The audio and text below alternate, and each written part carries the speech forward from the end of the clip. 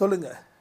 பேய் இருக்குதுன்னு நினைக்கிற ஒரு கூட்டம் இருக்குது, பேய் இல்லைன்னு சொல்லக்கூடிய ஒரு கூட்டம் இருக்குது, கடவுள் இருக்குதுன்னு சொல்கிற கூட்டம் இருக்குது, கடவுள் இல்லைன்னு சொல்கிற கூட்டம் இருக்குது. இப்போ பேய் இல்லைன்னு ஒரு கூட்டம் சொல்லுதுன்னா அந்த பேய் நேராக வந்து அவனை வச்சு செய்ய வேண்டியது தானே. ஏண்டா நான் ஒருத்தன் இருக்கிற, நீ இல்லைன்னு உட்காந்து பேசிகிட்டு இருக்கியா?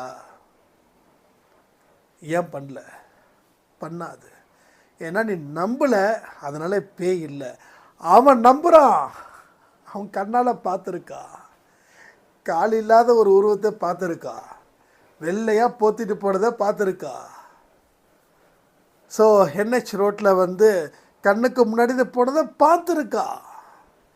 2 பேர் இருக்கிறாங்க, ஒருத்தன் பார்த்தான் ஒருத்தன் பார்க்கல.